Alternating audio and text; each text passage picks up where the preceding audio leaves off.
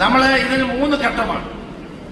ഒന്ന് തുഫാൻ സ്ട്രൈക്ക്, അത് police arrest ചെയ്യുക, ആളുകളെ റിമാൻഡ് ചെയ്യുക തുടങ്ങിയിട്ടുള്ളതാണ് പോലീസ് ചെയ്യുന്ന ഓപ്പറേഷൻ സ്ട്രൈക്ക്.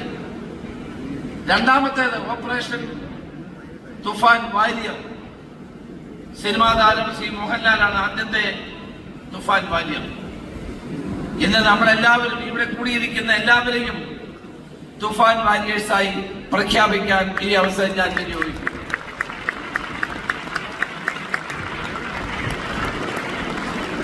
നമ്മുടെ ഈ തുഫാൻ വാരിയറുടെ ഉദ്ദേശം ബോധവൽക്കരണം, ഇത് വിളിക്കുന്ന ആളുകളെ തടയുക, അതോടൊപ്പം തന്നെ പോലീസിൽ വിവരങ്ങൾ ധരിപ്പിക്കുക, ഈ തുടങ്ങിയതാണ് തുഫാൻ വാരിയേഴ്സിന്റെ ലക്ഷ്യം. മൂന്നാമത്തേതാണ് ഏറ്റവും പ്രധാനപ്പെട്ടത്. മൂന്നാമത്തേതാണ് തുഫാൻ കെയർ. കേരളത്തിലെ 35 ആശുപത്രികൾ ഇതൊരു അസുഖമാണ്. മയക്കുമരുന്ന് ഉപയോഗിക്കുക എന്ന് പറയുന്ന അസുഖമാണ്, ലഹരി ഉപയോഗിക്കുക ഒരു അസുഖമാണ്. അങ്ങനെ ഉപയോഗിക്കുന്നവരെ ആശുപത്രിയിൽ അഡ്മിറ്റ് ചെയ്ത് ചികിത്സിക്കണം. ഡി അഡിക്ഷൻ സെന്ററുകൾ ഇന്ന് കേരളത്തിൽ പലയിടത്തുണ്ട്, പക്ഷെ ആരും പോകാറില്ല.